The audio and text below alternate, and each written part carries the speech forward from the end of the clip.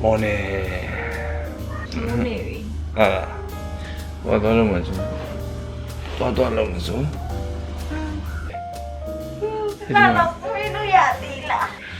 No, we're all about the ramen. Now, at all, I'm a young. You.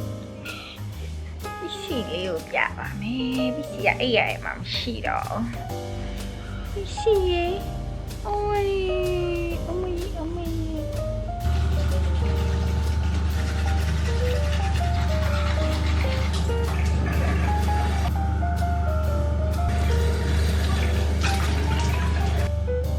get dinner. Oh, this should be a book. Dinner is very No, I'm sorry. No, this should have gone out. Did Scott again, shall go right. I know, G. Okay, as a time, you do me. Okay, good old Myanmar, the Banya, Shinning Kueen in love you, are we? Cool, and Choro, I see again over me. And so, I'm a loader or no? Do I see again, I'm a loader. What then she am a loader, but nature wide. Don't nature, Kueen, mà đại kìa, don't need that out here, no? Area này so cô rồi don't need đâu xí quá nó, đâu mà mẹ này mà bạn, toa cháu chém mẹ quá nó. Đây mà tay sầu ra.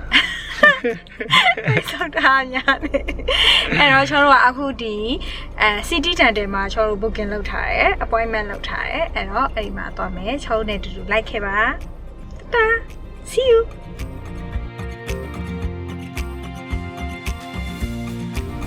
Chào Paris.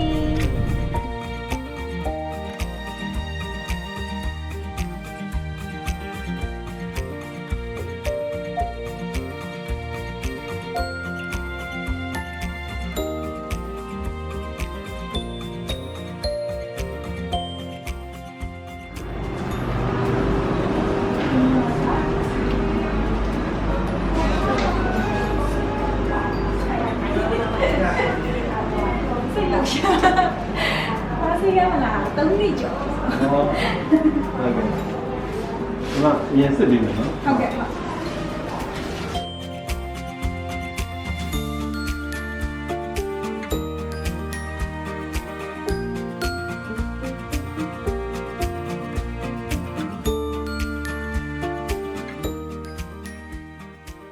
Aku cuma có một cái này gặp chị đẹp đấy, cái quay này là chụp ở đây nha.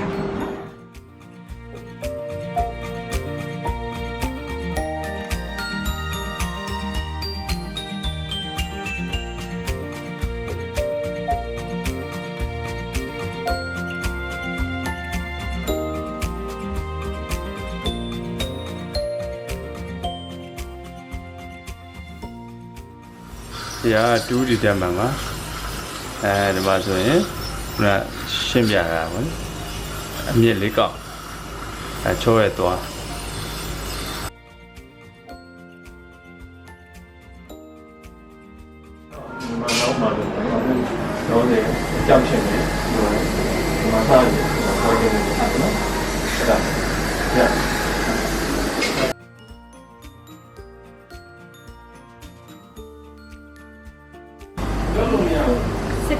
Đó, trao trẻ vì quay cho mình đó.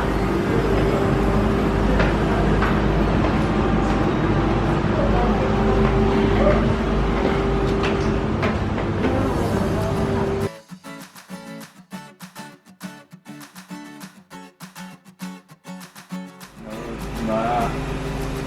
đoạn khác thì anh nhà này là từ chúng nó chúng đi ra màu nó treatment so treatment room 3 mà luôn nhá rồi video Luna zone này rồi rồi này waiting room này nhà ấy so giờ cũng chúng nó đi này so nào đi mà làm gì đi à mai phải rồi đi lên bàn này cái gì này con này sẽ chán đại rồi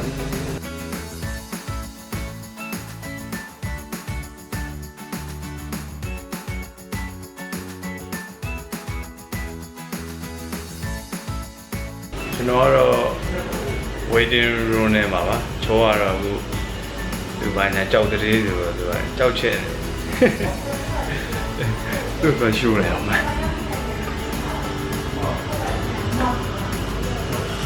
သိသူတွေမှာ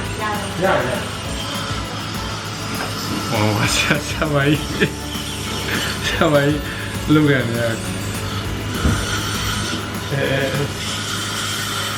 ကြောက်ကွန်းတယ်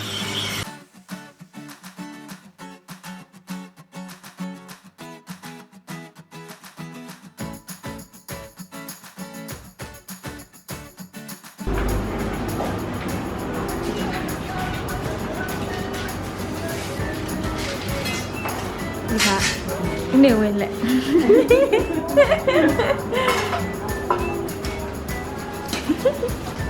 ကြောက်ဟုတ်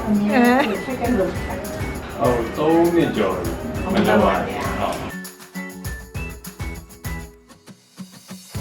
ဟုတ်တယ်ဆိုရင်ဒီမသက်တဲ့လဲပေါ်တော့ဟိုကြည့်လိုက်တယ်နောက်ဟိုဒီဓာတ်မရိုက်တော့ကိုမျက်စိနဲ့မမြင်ရတဲ့ပိုးစားတာတွေလည်းတွေ့နိုင်တယ်နောက်ကတော့တော့အန်ဆုံးတွေပါလည်းတွေ့ရတယ်နောက်ကိုအမြင့်ထိတ်မှာပါရှိလဲဆိုတာသာမြင်ရတယ်ဆိုတော့ရိုက်တာတော့ဟုတ်တယ်ရိုက်တာအဲ့ဒါပြီးတော့ဒီမှာ 3D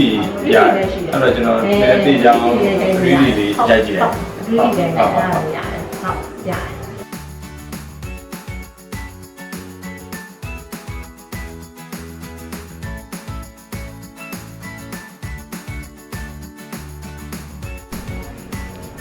တော့သေးတော့မြန်တော့မြန်ပါတော့တိတိလေးဆိုတော့လေဒါပေမဲ့တက်ကတော့ရှိရရှိတယ်ရှိရမိုးကတော့မိုးကကြောက်တဲ့ထင်းရောက်နေမိုးကတော့ဒါတော့ကျော် white နေလုံးကြပါwall number 1 Philip zone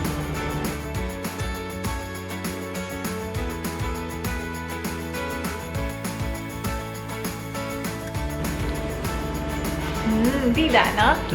hoài tân em là đi để tòa ê là đi đã nó rồi ý điều đấy đi ở đây là nó cây người nhà đi vô đâu không nào giờ này gì à rồi ý cây người nhà đấy tôi lấy này biển phiêu mà bộ đấy chứ điều này lơ là gì à đi đâu được đúng này rồi ok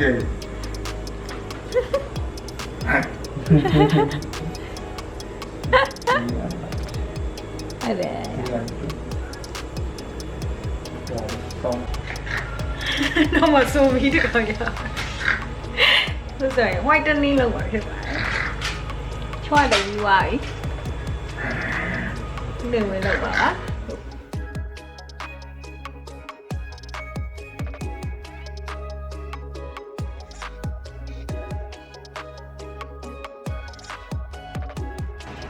cứ thấy cho nó nèo đâu rồi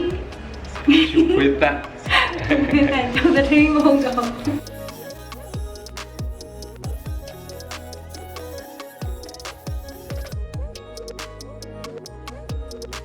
ta-da akuရောက်ပါပြီအခုချောသွားလေးတွေကိုပြပါမယ်ချောသွားနဲ့ဘူးတော့သွားနဲ့မှာဆိုချောသွားကပိုးဖြူတယ်ဘူးတော့ကြတော့ဘာဖြစ်လို့လဲဆိုတော့ဒီနေ့ဝင်ရကြတော့ကော်ဖီရမ်းတောက်တယ်အရင်တော့ဆိုရင်ဆက်လိပ်တွေတောက်ထားတယ်အရက်တွေတောက်ထားတဲ့ဟာတွေရဲ့လိုက်ကြံနေကြောင်သွားတော်တော်ပြောမယ်ဆိုသွားရဲ့ဒီကျွေအလွှာလေးတွေကနည်းနည်းလေးပိုညစ်တယ်ပေါ့နော်ချောထက်အဲ့အတွက်ကြောင့်တူလှုပ်လိုက်တဲ့အခါမှာချောကဘာမှအဲ့လိုမျိုးတိတ်မလှုပ်ထားရသူဆက်လိပ်မတောက်တဲ့ဒီထဲမှာကျတော့ဘူးတော့ပိုတန့်လို့ခါတာနော်ပိုသိတာလည်းချောသွားလေးပြီးတော့သူဒီချောလှုပ်ခဲ့တဲ့ Philip ဇုံကကြတော့ तू ကလုံးဝဟိုလိုကြီးလေအဖြူအောင်မကွာဟိုလိုကြီးဘယ်လိုပြောရမလဲအရင်တိတာပြီးရုပ်ဆိုးဆိုးအဖြူကြီးမဟုတ်ဘူးတကယ်သွားရဲ့ကျွေလွာလေးအတိုင်းတကယ် origin နဲ့ဘယ်လိုရမလဲတဘာဝမှုကိုပြန်ရအဲ့လိုငယ်ဘာမှမပြတ်စည်းခင်ကအဲ့လိုမျိုးမှုပေါ့နော်တကယ်ကိုယ့်ရဲ့တဘာဝအတိုင်းဖြူတယ်လို့မျိုးလေးဖြူတယ်ပေါ့နော်အဲ့ဒါလေးပြီးတော့ဆေးခန်းကို review ပေးရမယ်ဆိုရင်တော့ဆေးခန်းကဒီ city dental ကဟိုဥဆောင်ပြီးဖွင့်ထားတဲ့ဆရာဝန်မတွေကကြတော့သူတို့ကတကယ်เนาะ experience အရန်ရှိရဲ့အတွေ့အကြုံအရန်ရှိရဲ့ဆရာဝန်တွေဖြစ်တယ်ပြီးတော့လုံးဝဆေးခန်းအရန်သွားဆေးခန်းမှာဆိုအရေးကြီးတာတန်ရှင်းမှုပဲပေါ့နော်အရန်တန်တယ်လုံးဝတစ်ခေါက်လောက်သွားကြည့်လိုက်အရန်တန်တယ်ဒီအစစရအခန်းတွေပေါ့ဒီလုံးတဲ့ treatment room တွေကအရန်တန်တယ် treatment room ဆိုလဲ9ခန်းရှိရဲ့ပြီးရင်အပေါ်ဆုံးတက်မှာဆိုရင်သွား brace ဆွဲတဲ့ဒီအတွက် ပြိုင်နဲ့8ယောက်လောက်9ယောက်10ယောက်လောက်တပြိုင်နဲ့လှုပ်လို့ရတယ်သွား brace ဆွဲတဲ့ဟာလေအဲ့ဒါဆိုလည်းလှုပ်လို့ရတယ်9ကုန်10ကုန်လောက်ရှိတယ်တပြိုင်နဲ့လည်းလှုပ်လို့ရတယ်ဆရာဝန်တွေလည်းသူကဟိုဟာလုံလောက်ရှိတယ်ဆရာဝန်တွေလည်းအများကြီးပဲအဲ့တော့ treatment room တွေအများကြီးပဲလုပ်တဲ့အတွက်ကိုလည်းမရှိပြီးတော့ waiting room တွေလည်းရှိတယ်ပြီးတော့ဟိုဟာဘယ်လိုပြောမလဲပထမတက်ဒုတိယတက်မှာလည်းဒီပုံမသန့်စင်တဲ့ဒီပစ္စည်းတွေကိုသုံးတဲ့အခန်းတွေလည်းအခန်းတွေတက်ရှိတယ်ဘာလို့ဆိုတော့သွားဟာဖြစ်တဲ့အတွက်ဒီပုံမသန့်စင်တဲ့အခန်းပေါ့နော်အဲ့ဒါလည်းအရေးကြီးရယ်ဆိုတော့ကျွန်တော်အဲ့ဒါတွေလည်းတေချာကြည့်ခဲ့တယ်အဲ့ဒါတွေလည်းရှိရပြီးတော့အဓိကတစ်ချက်ကချောအဲ့လိုမျိုးကြိုက်တဲ့အချက်ကရှည်ပေါ့ဒီသွားစေးကမ်းမှာအဓိကရှည်ရလည်းအရေးကြီးရယ်ချောတို့ဒီခန္ဓာကိုယ်ရဲ့ဟိုဒီရှည်ရဟိုဘယ်လိုမလဲလှုပ်သူတို့ဒီသွားဟိုတန်ရှင်းလှုပ်တဲ့ခါတွေမှာရေကဝင်နေလေအနေနဲ့များတော့အဲ့ဒီခါမှာရေမတန့်မအောင်လေချောစိုးရိမ်နေအဲ့ site ကိုရှိရောအဲ့ဒီမှာသူတို့ကလည်းဒီရှည်ကိုလည်းတကယ်ဟိုရှည်တန်းဆက်ပေါ့နော်ရှည်တန်းဆက်အကြီးတက်ထားပြီးတော့ဒီတောက်လျှောက်သုံးတဲ့ဒီသွားစေးကမ်းအကုန်လုံးမှာသုံးတဲ့ရှည်ဒီအကုန်လုံးကရှည်တန့်နေပဲပေါ့အဲ့တစ်ချက်ကလည်းအရန်ကိုမိုက်တယ်ပေါ့နော်ပြီးတော့ဘယ်လိုပြောမလဲဒီသွားကိုကျွန်တော်တို့ကစစ်ဆေးတဲ့အခါမှာကျွန်တော်တို့ကဒီဓာတ်မှန်ရိုက်ရတယ်ဓာတ်မှန်ရိုက်တော့သူက 2D ရိုက်ရတယ် 2D ဆိုရင်တော့ကျွန်တော်တို့ flat ပဲဘာဖြစ်တယ်ညာဖြစ်တယ်ပေါ့နော်အပြင်ပိုင်းပဲအဲ့မှာသူကသူတို့စီမှာ 3D လည်းရှိတယ်3D ဆိုရင်သူက360ကြည့်လို့ရတယ်ဒီဟိုဘယ်လိုပြောမလဲအသေးစိတ်ပေါ့လေသူရဲ့ဒီသွားရဲ့အထူတွေပါတယ်ဒုတွေပါရစအကုန်လုံးကြည့်လို့ရတယ်ပြီးရင်ဒီသွားကြောထုတ်တာသွားကြောထုတ်တာလည်းအရန်ကောင်းတယ်ချိုးတို့သွားနာလို့ရှိရင်သွားစေးကန်းတုံနဲ့မသွားကြဘူးသွားနှုတ်ခံရမှာဆိုလို့ဆိုပြီးတော့သူကအဲ့ဒီမှာခုနကလို့သွားမနှုတ်တာပဲနဲ့ကိုယ့်ရဲ့ဒီသွားအကျောကိုပေါ့နော်ဒီခုန 3D နဲ့ 3D microscope နဲ့လားအဲ့ဒါ 3D ကတက် microscope ကတက်အဲ့ဒါနဲ့ကြည့်ပြီးတော့ဟိုသွားကြောထုတ်လို့ရတယ်ပေါ့နော်တချို့ကကြတော့ဘယ်လိုလဲဆိုတော့ဟိုဒီ microscope မရှိတဲ့အခါမှာကိုယ့်ရဲ့အကြောကဘယ်နားမှာဘာဖြစ်နေလဲမသိတဲ့အတွက်အဲ့မှာနဲ့နာကျင်မှုတွေဘာတွေကပိုများတယ်ပိုဖြစ်တယ်ပြီးတချို့ရေဆိုရင်လည်းသွားကြောသွားထုတ်လိုက်ပြီးတော့မှနာနေသေးတယ်လို့နော်အဲ့ဒါအနာဟိုတကယ်မတွေ့လို့ပြောမယ်ဆိုတကယ်အကြောကိုမထုတ်မိသေးတာပေါ့အဲ့လိုမျိုးတွေလုံးဝမဖြစ်ရအောင်သူတို့စီမှာအဲ့ microscope ရှိရယ်အဲ့ဟိုဟာ city dental မှာအဲ့ microscope ရှိရယ် microscope ကကြတော့လုံးဝ detail ဗျာအသေးခုနကလို့ထုတ်ပြီးသွားရင်နာနေမှာစိုးရင်ကြမလို့တော့ကျွန်တော်တို့သိသလောက်တော့အခုမြန်မာနိုင်ငံမှာတော့ဒီ city dental မှာပဲဒီ microscope ကရှိရပါတော့အဲ့လိုမျိုး very good ချောတို့သူတို့ဒီ Philips zone ပေါ့နော်ချောတို့လုပ်ခဲ့တဲ့ Philips zone ကသူကဒီအိမ်မှာလုပ်လို့ရတဲ့ home care ဒီဟာလေးလည်းပေးလိုက်တယ်ပေါ့အဲ့ဒါလေးလည်းအခုအကုန်လုံးပြမယ်ချောကအရင်ပေးချောကပဲပြတယ်ဒီဟာချောဒီမှာဒီမှာဒီလိုမျိုးချောဟာနဲ့ဘိုးတော်ဟာနဲ့2ယောက်ပေါ့နော်1ယောက်တည်းဒါချောဟာဆိုဒီမှာသူတို့ကလေချောတို့ဒီသွားမူလေးလည်းပေးလိုက်တယ်သွားမူလေးလည်းပေးလိုက်တယ်မိနစ်ကလည်းပြလိုက်ဒီမှာချောတို့ဒီသွားဒီဟာ angle လုပ်ဖို့အတွက်ပေါ့နော်ဒီသွားမူဒီဟာနဲ့လုပ်ရတယ်လေပတ်သက်အဲ့ဒါလေးကပေးလိုက်တယ်အမှတ်တရရဲ့တိန်းနာလို့ရအောင်ဆိုပြီးပြလိုက်ဒီမှာပါအဲ့မှာလေကျွန်တော်ဒီမှာတချောင်းကျိုးဒီမှာတချောင်းမရှိဘူးချောင်းကျိုးရတာချော်လဲလာပြီးတော့ဒီသွားကျိုးတာချော်လဲပြီးတော့သွားကျိုးတာချော်ကတော့သွားရဲ့အကုန်ရှိရဒါပေမဲ့ဒီနောက်သွားလေးကလည်းခေါ်ကျင်တယ်ဖြစ်ရှေ့သွားကြီးဒါပေမဲ့ဒီမှာကြည့်လိုက်သူ့သွားလေးကြွတ်သွားလေးတွေ့လားကြွတ်သွားရဒါပေမဲ့ဓာတ်မှန်ရိုက်တဲ့ခါမှာသွားတယ်အကုန်လုံး position တွေအကုန်မှန်တယ်ဟိုရပြီညီပြီးတော့လှတယ်သူ့သွားကြတော့တိတ်မညီဘူးထဲတွေမှာဒီလိုလေအမြင့်တွေလိုဖြစ်အထဲလေးဟိုအမြင့်တွေဒီနားတချောင်းဆိုဒီလိုလေကောက်နေလေအထဲထဲမှာမမြင်အောင်လေခုဒီအပြင်ကတော့လှတယ်ကွာဒီမှာပြီးတော့ဒီမှာ Philips zone ဆိုပြီးတော့သူကဒီဟာပေါ့နော်ဒီဟာလေးပေးလိုက်ပါတယ်ညဒီပါညနည်းနည်းတော့ပွေးမြင်ရတယ်ထုတ်လိုက်လေအဲ့လိုပြမယ်လေ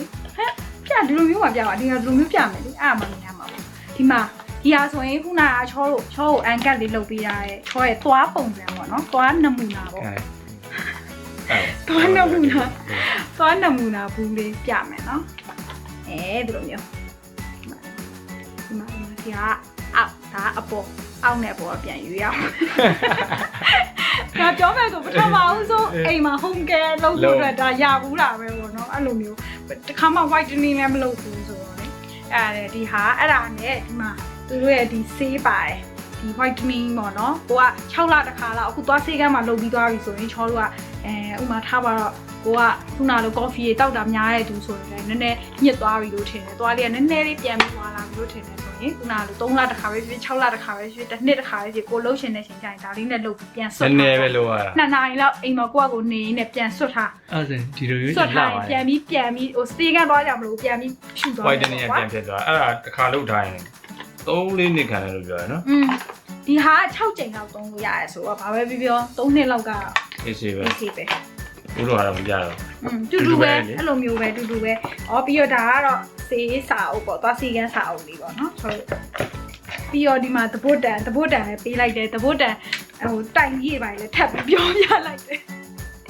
အဲ့ဖိလစ်ဇွန်အဲ့ဖိလစ်ဇွန်ကသူကအရန်ကောင်းတယ်